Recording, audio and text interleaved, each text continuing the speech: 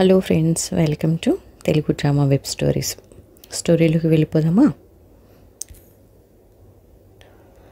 School పైభాగంలోని 3వ అంతస్తులో ఉంటుంది Mahima. Watchman Shankaraiah school rooms అన్ని తాళాలు వేసి కీస్ మహిమకు ఇవ్వడానికి వచ్చాడు. అతను కూడా అదే ఆవరణలో ఉన్న అవుట్ హౌస్లో ఉంటాడు. తాళాలు భద్రపరిచి తన రూమ్ కూడా లాక్ చేసేసి మెట్లు ఎక్కి ఇంట్లోకి వచ్చింది మహిమ. హాయ్ అమ్మా. సోఫాలో కూర్చొని హోంవర్క్ చేసుకుంటున్న లయ విష్ చేసింది. హాయ్ బంగారు. కూతురి పక్కనే కూర్చొని ఒడిలోకి తీసుకుంది మహిమ. తల్లి మెడ చుట్టూ చేతులు వేసి గారాలు పోతూ అడిగింది, ఈ రోజైనా టామ్ అండ్ జెర్రీ సీడీ తెచ్చావా? సారీరా, బయటికి వెళ్ళటం కుదరలేదు ఈ వేళ. ఈ ఆదివారం విజయవాడలో ప్రోగ్రాం ఉంది కదా, ఆ విషయంలో బిజీగా ఉన్నాను. రేపు శివ చేత తప్పకుండా తెప్పిస్తాగా, ఓకే? సరే మమ్మీ, మరి నువ్వు ప్రాక్టీస్ చేసుకో. సరే అన్నట్టు ఈరోజు ఒక కొత్త పాప మన స్కూల్లో చేరింది. పేరు సంకీర్తన. అవును, శృతితో వచ్చింది కదా. తను మా క్లాస్మేటే. అవునా? ఎంత విచిత్రం. వాళ్ళ డాడీ నా క్లాస్మేట్ తెలుసా? అరే భలే భలే. అమ్మా, వంట అయింది, మరి నేను వెళ్ళనా? అనసూయ చేతులు తుడుచుకుంటూ వచ్చింది. ఆమె వాచ్మెన్ శంకరయ్య భార్య. అన్నీ టేబుల్ మీద పెట్టేసి నువ్వు వెళ్ళు అనసూయ. చిట్టి, మనం భోజనం చేద్దామా? నువ్వు ఫ్రెష్ అయ్యిరా మమ్మీ, త్వరగా, చాలా ఆకలి వేస్తుంది. లయను ఒడిలోంచి లేపి తను బాత్రూమ్ వైపు నడిచింది మహిమ. రాత్రి 10:30 అయింది. లయ నిద్రపోతుంది. మహిమకు నిద్ర పట్టడం లేదు అసలు. విద్యాసాగర్ మళ్ళీ కలవటం తనకి ఎంతో సంతోషంగా ఉంది. కానీ అతను తన జీవిత భాగస్వామిని పోగొట్టుకున్నాడన్న సంగతి చాలా అప్రియంగా ఉంది. ఎంతో బాధను కలిగిస్తోంది. తనకి ఒంటరి జీవితం ఎలాగో తప్పలేదు. భగవంతుడు తన విద్యకైనా మంచి జీవితాన్ని ఇచ్చి ఉండకూడదు. నిశ్శబ్దాన్ని ఛేదిస్తూ భావయామి గోపాల బాలం అంటూ ఎంఎస్ సుబ్బలక్ష్మి గానం చేసిన అన్నమయ్య కీర్తన రింగ్టోన్తో సెల్ పాడసాగింది. హలో, మృదుగా పలికింది మహిమ. హలో హిమ, నేను. అట్నుంచి వినవచ్చిన విద్యాసాగర్ స్వరం వినగానే మహిమ మనసు తీయగా పులకరించింది. విద్య? మహిమ గొంతు వణికింది. హిమ, ఎన్నాళ్ళకి కలిసావు? ఎలా ఉన్నావు? బాగున్నాను విద్య, నిజంగా చాలా హ్యాపీగా ఉన్నాను. Very good. నిజం చెప్పాలంటే నీలో పెద్ద మార్పు ఏం లేదురా. కొంచెం ఒళ్ళు వచ్చింది, కళ్ళజోడు వచ్చింది, అంతే. ఇంతకీ నీ వయసు అంతా ఇప్పుడు? గలగలా నవ్వింది మహిమ. ఏయ్ విద్య, నా వయసు ఎంతో నీకు తెలియదు? సారీ 35 నిండాయి కదూ. అవును, నీకు 38. ఎలా ఉన్నావు విద్య? ఐఎమ్ సారీ సంకీర్తన చెప్పింది. నువ్వు మళ్ళీ పెళ్ళి ఎందుకు చేసుకోలేదు? పెళ్ళా? భలే దానివే హిమ. నా బేబీని పెంచి పెద్ద చేయటమే నా ముందున్న లక్ష్యం. దాన్ని ఎవరి చేతుల్లోనూ పెట్టడం, నానా అవస్థలో పాలు చేయటం అంత ముఖ్యం కాదు. నువ్వు మరీను విద్య. సవతి తల్లులంతా రాక్షసులను అనుకోవటం పొరపాటు. సరే, ఈ విషయం తర్వాత. ఇందాక ఏదో తల్లివయ్యామని అన్నావు. ఓ అదా. నా పాప పేరు లయ. నేను చిట్టి అని పిలుస్తాను. 9th చదువుతోంది. అన్నట్టు చిట్టి సంకీర్తన క్లాస్మేటేనట. పాప శిశువుగా ఉన్నప్పటి నుండి నా దగ్గరే ఉంది. దానికి చిన్న ప్రాబ్లం ఉంది విద్య. సరిగ్గా నడవలేదు. ఏదో జెన్యున్ లోపం వల్ల అలా అయిందట.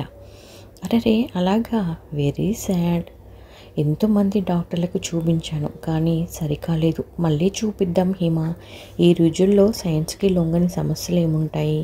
నేను వారం క్రితమే లండన్లో వ్యవహారాలన్నీ చక్కబెట్టుకొని ఇండియా వచ్చేసాను. ఇక్కడ నా కజిన్ శ్రీకర్ అని ఒకతను ఉన్నాడు. అతనితో కలిసి ఇక్కడ ఏదైనా స్టార్ట్ చేయాలని ఆలోచన. వెరీ గుడ్ విద్య. నా హెల్ప్ ఏమైనా కావాలంటే చెప్పు. Thank you so much. నువ్వు, నీ స్నేహం, నీ సంగీతం నాకు, నా పాపకి ఎప్పుడూ కావాలి. అది అందిస్తే చాలు.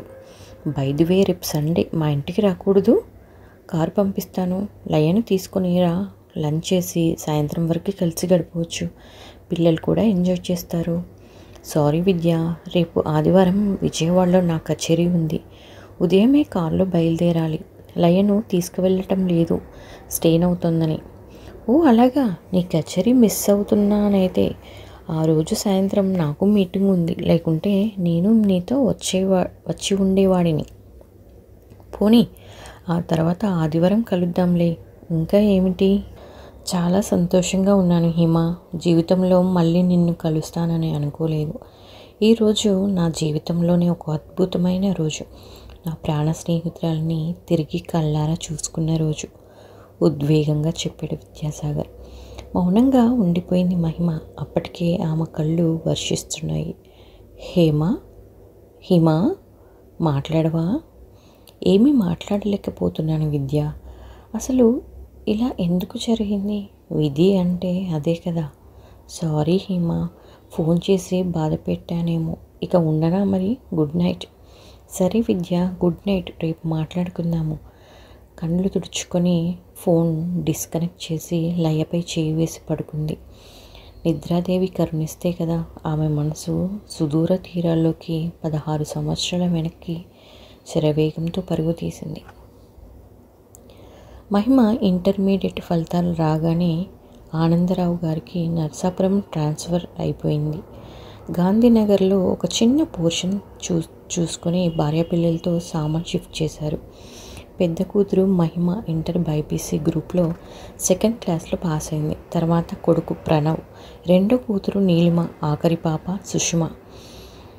అందరూ హై స్కూల్లో చదువుతున్నారు. మహిమ 16 ఆనాల తెలుగింటి ఆడపిల్లకి ప్రతీక. 5.5 అడుగుల ఎత్తుకు తగ్గ లావు, పసుపు వన్నె మేనిమిచ్చాయ గడ్డం మీద బ్యూటీ స్పాట్ల అందంగా అమరిన పెసరిగింజంత పుట్టుమచ్చ, నల్లని ఒత్తైన పొడవాటి జడ, ఒత్తైన విల్లులాంటి కనుబొమ్మల మధ్య దోసగింజంత తిలకం బొట్టు, కళ్ళకు తీర్చిదిద్దిన కాటుక రేఖలు, పరికిని ఓనిలలో ముచ్చట గొలిపే రూపం, ఎంతో నెమ్మదితనం.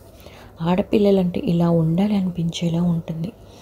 మహిమకి మెడిసిన్ చదవాలని కోరిక, కానీ తనకు ఇంకా సర్వీస్ ఎక్కువగా లేకపోవటం వల్ల, ఆర్థిక పరిస్థితులు అనుకూలించకపోవటం వల్ల తన సహోద్యోగుల మిత్రులు చాలామంది ఇచ్చిన సలహా మేరకు మహిమను బీకాం చదివించాలన్న నిర్ణయం తీసుకున్నారు ఆనందరావు గారు. మహిమ కూడా తండ్రి మాట కాదనలేకపోయింది. శ్రీ ఎర్రమల్లి నారాయణమూర్తి కళాశాలలో సీట్ వచ్చింది.